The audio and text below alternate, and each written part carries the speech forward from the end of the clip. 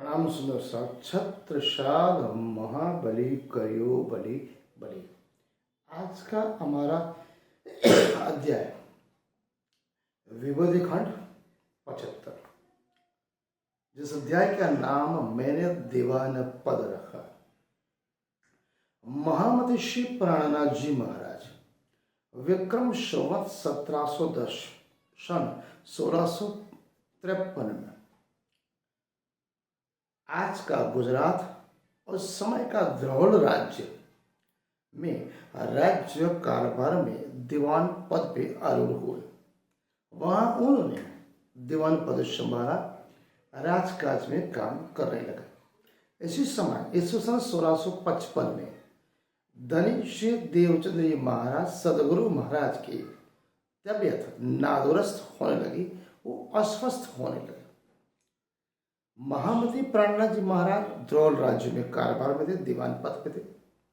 कालाजी के यहाँ वो काम कर रहे थे। तन मन धन निष्ठा ईमानदारी प्रमाणित से सभी कार्य पूर्ण परमात्मा से राज्य धन जी श्री कृष्ण परमात्मा के आदेश से सभी कार्य वो कर रहे थे। सदगुरु महाराज धीरे धीरे अस्वस्थ ज्यादा होने लगे। उन्होंने अपने पुत्र बिहारी जी को बोला, आप जाइए, महाराज ठाकुर जो द्रोण राज्य में दीवान पद में कार्यरत है उन्हें यहाँ बुलाए, मुझे उनसे मिलना है। बिहारी जी ने बोला, वो तो दीवान पद में आप क्यों बुला रहे हैं? सदगुरु महाराज आक्रांत कर उठे, आप क्यों नहीं बुला रहे उनको? आपको पता नहीं, परम धाम में बैठी इंद्रावती की आत्मा द्वार पे बैठी रो रही, टाड़ी बैठ रो रही, मैं वहां प्रवेश नहीं कर पा रहा हूं। जब तक महाराज ठाकुर के तन में बैठी इंद्रावती की आत्मा को मैं दर्शन नहीं दे पाऊंगा, नहीं मिल पाऊंगा, बातचीत नहीं काम कर पाऊंगा, तब तक मैं परम धाम में प्रवेश नहीं कर सकता। बिहार जी न चाहते हुए प्रथम बार महामती प्राणनाथ जी महाराज से मिले। बोले, पिताजी कुछ अस्वस्थ है, कुछ दवाइयां मंगाई। महाराज ठाकुर ने दवाइयां मंगवाई, दे दी। बिहारी वापस आ गए। थोड़े दिन के बाद फिर बिहारी जी को सदगुरु महाराज ने बोला, आप जाइए, वो क्यों नहीं आ रहे मुझे मिलने? प्राणनाथ महाराज ठाकुर बिहारी जी वापस गए।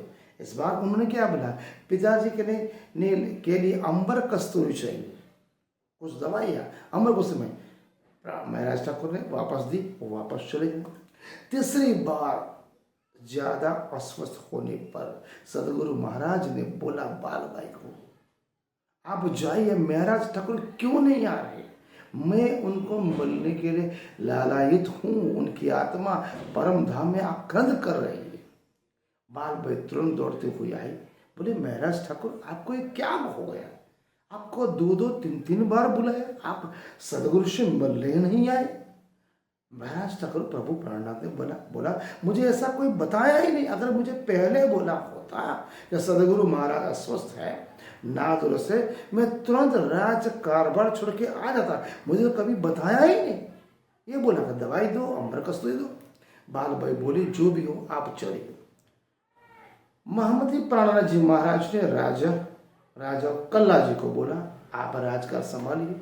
कल्ला जी ने बोला, आप अपने जैसे विश्वासु इंसान को दीवान पद पे बिठाओ और बाद में जा सकते हो।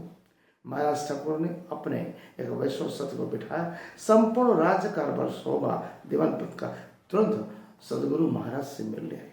सदगुरु महाराज बोले, कौन आया? बोले, मैं महाराज ठाकुर। अरे, इंद्रावती की आत्मा आ गई। बहुत खुश हो गई। बोले, इतने दिन कहाँ थे, क्यों मिलने नहीं आए? महाराज ठाकुर ने बिहारी जी का नाम नहीं बोला। प्रभु, मैं कुछ राज कारोबार में लीन था, समय नहीं निकल रहा। सदगुरु महाराज ने बोला, अब तो यहाँ से जाओगे नहीं, लौकिक कार्य नहीं करोगे, सांसारिक कार्य नहीं करोगे, राज कारोबार के लिए कार्य करोगे, क्योंकि आपको धर्म और आत्म कल्याण और आध्यात्मिक काम के लिए इस जगह में हम आए हैं। परम धाम से आई हुई 12,000 ब्रह्म सृष्टि और एक काल माया के ब्रह्मांड में 28वें कलयुग में अंधकार में बैठे हुए हैं। अनेक देवी देवताओं को पूज रहे, अपने मूल स्वरूप अपने धनी को भूल चुकी हैं। उनको जागृत करना है, तारतम्य नाम देना है, तारतम्य निधि देनी है, उस माया जाल के अंधकार से जागृत करके वह सब पश परम धाम बनाना है, उन्हें मुक्ति देनी है। क्या आपको कार्य नहीं करना? महाराज ठाकुर बोले, प्रभु क्यों नहीं करेंगे, मैं आपकी आज्ञा का पालन 100% करूंगा। उसके पश्चात सदगुरु महाराज ने भोजन बनवाया और बोला, महाराज ठाकुर आप और बिहारी जी दोनों साथ में भोजन करो। महाराज ठाकुर ने बोला, बिहारी जी आप भोजन करें। बिहारी जी टस से मस नहीं हो, उन्होंने मना किया। सदगुरु बोले, दोनों में क्या चहल पहल चल रही है, तू मैं चल रही है। प्रभु प्राणनाथ ने बोला, सदगुरु जी बिहारी जी भोजन नहीं कर रहे। बोले, बेटे क्या तकलीफ है? न चाहते हुए भी बिहारी जी ने उसी एक थाली में भोजन किया, लेकिन उस थाली में उन्होंने 2 भाग करे, एक भाग महाराज ठाकुर का, दूसरा बिहारी जी का। अब आप समझ सकते हो, उस समय से ही एक धर्म की भेद रखा बिहारी जी ने पाड़ी निकाली। वो आज तक गादीपति और परम धाम परमात्मा श्री राज्य निजन संप्रदाय श्री कृष्ण प्रणामी धर्म पे जो समर्पण होने वाले सुंदर साथ प्रचार के विचारकों के बीच में चल रही है। उसके पश्चात सतगुरु महाराज का धाम गमन हो गया। सतगुरु जी अंदर ध्यान हो गए। महामंत्री श्री प्राणनाथ जी महाराज ने गुरुदेव गादी पे देखा कि जो सुंदर साथ जागृत थे वो इधर उधर चले गए। उन्होंने और बाल भाई ने सोचा गुरु का दी खाली नहीं रख सकते। उन्होंने तुरंत बिहारी जी को धनी सिद्धेव जी महाराज की गादी पे बिठाया। संपूर्ण समर्पण संपूर्ण सेवा के साथ प्रातः का सायंकाल जामनगर का दीवान पद संभालते हुए भी दोनों समय वो चर्चा में आने लगे। बिहारी जी की सेवा समर्पण करने लगे, धर्म अभियान में जुड़े, धर्म प्रचार करने लगे, आध्यात्मिक ज्ञान सुंदर साथ को देने लगे। उनकी विद्वता विद्वानता या सुंदर साथ धीरे धीरे धीरे एकत्र करने होने लगे। अब जैसे जैसे एक साल बीत गया, प्रभु प्राणनाथ ने सोचा इस कालमय के ब्रह्मांड में जितने भी ब्रह्मात्मा हैं उनका मैं तन मन धन से सेवा कर सकता हूँ। परम धाम में तो सबको राज्य के हाथ में, कृष्ण के हाथ में, वहाँ सेवा करने का मौका मुझे नहीं मिलेगा। इसलिए उन्होंने सुंदर साथे घी मेवा खांड चीनी वस्त्र आभूषण कपड़े सभी इकट्ठा करना चालू कर दिया। अपने 4 विश्वस्त साथी को बोला, इसको आप इकट्ठा करो, रखा अपने घर में। इस बात की चुगली एक सुंदर साथ में जामनगर के वजीर को बोले कि राज कारभार में राज दरबार से राजकोष से मेवा मिठाई घी कांड चीनी कपड़े आभूषण सभी लेके अपने सदगुरु की 1 साल मना रहा है। जाम वजीर ने न कुछ सुने, न कुछ परखे, न कुछ बातचीत किए। प्रभु श्री प्राणनाथ महाराज ठाकुर को बंदीगृह में डाल दिए। प्राणी संप्रदाय में वतक में इस बंदी गुरु का नाम हमने प्रबोधपुरी और हफ्सा कहा गया। इस बार अहमदाबाद के राजा बादशाह कुतुबुद्दीन खान ने चढ़ाई कर दी। जाम वजीर तो इससे हड़बड़ा गया, वो लड़ाई करने युद्ध पे मैदान पे चला गया। यहाँ पर प्रभु श्री प्राणनाथ एक तरफ सदगुरु महाराज का अंतर्ध्यान होना और एक प्रभु सदगुरु महाराज की बरसी सुदर्शन की सेवा, उसमें भी इतने विघ्न व्यग्र दुखी मन से न निरपराध मुझे बंदीगृह में डाला। राज्य परम पारमात्मा धनी जी का आवेश संकल्प सत्य जागृत बुद्धि तार्थक ज्ञान सदगुरु महाराज के आशीर्वाद से आवेश वाणी प्रकटी। वो प्रथम ग्रंथ रास ग्रंथ लिखा गया। सदगुरु प्रभु श्री प्राणनाथ महाराज ठाकुर आवेश वाणी बोलते। उनके छोटे भाई उद्धव कोयले से उस वाणी को दीवार पर लिखते, बाद में कागज पे उतारते। इस बात की पुष्टि स्वामी श्री लालदास महाराज ने अपने वितक में विस्तार पूर्वक वर्णन की, जो मैं आपको सुनाना चाहता हूं। लालदास महाराज लिखते हैं, तहां से कमाए के तब सेवा हो संसार करे मसला तो बिहारी जो सो नई दीवानगिरी बजरी है। बात लई होगी सो जाए तिनका लिया काम, दो ही वक्त आए साथ में दीदार को उस ठाम। तब वजीर ने लेके बिठाए अपने घर, सामान्य सरकार ने हुआ जोरा इन पर।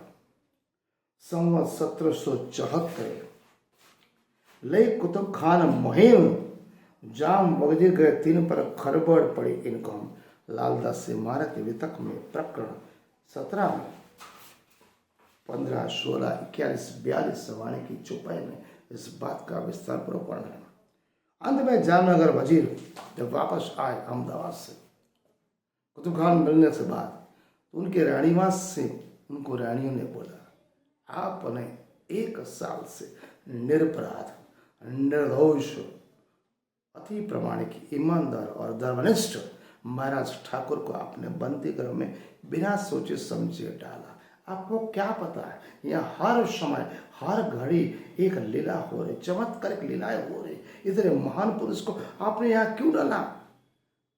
आप इनको सरसन्मान मुक्त करिए। वजीर ने अपने भूल की माफी मांगी, महाराज ठाकुर को मान सम्मान दिया, बेट सौगाती वो एक राज्य कारभार संभाला। इसके पश्चात दूसरी बार कुतुबुद्दीन खान ने दोबारा चढ़ी गई।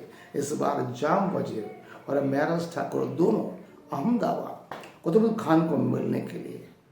इस बार संधि का प्रस्ताव था, उसको समझाने का था कि बार बार जामनगर पे आप चढ़ाई क्यों कर रहे थे। इस बार जाम वजीर ने, कुतुबुद्दीन खान ने बोला, आपको 1 वर्ष के अंदर मुझे धनराशि जमा करनी पड़ेगी। इसकी अवैध में मैं आपके दीवान महाराज ठाकुर को अपने यहाँ नजरबंद करता हूँ। जाम वजीर तो बोल के चला गया, लेकिन 1 साल तक वो धनराशि दे नहीं पाया। 1 वर्ष के पश्चात कुतुब खान ने बोला, आपके दीवान के लिए पैसा जुटा नहीं पाए, इसलिए इस दीवान महाराज ठाकुर को तोप से उड़ा दिया जाए। इस बात की भनक प्रभु श्री प्राणनाथ महाराज ठाकुर की पत्नी को पड़ी। उन्होंने तुरंत अपने विश्वसनीय कांजीबाई को भेजा। कांजीबाई आई, उन्होंने अपने जान की बाजी लगाकर महाराज ठाकुर को इस बंदी गृह से अहमदाबाद के कुतुब खान के पहरे से छुड़ाया। इस बात की पुष्टि वतक में अन्य सभी ग्रंथों में।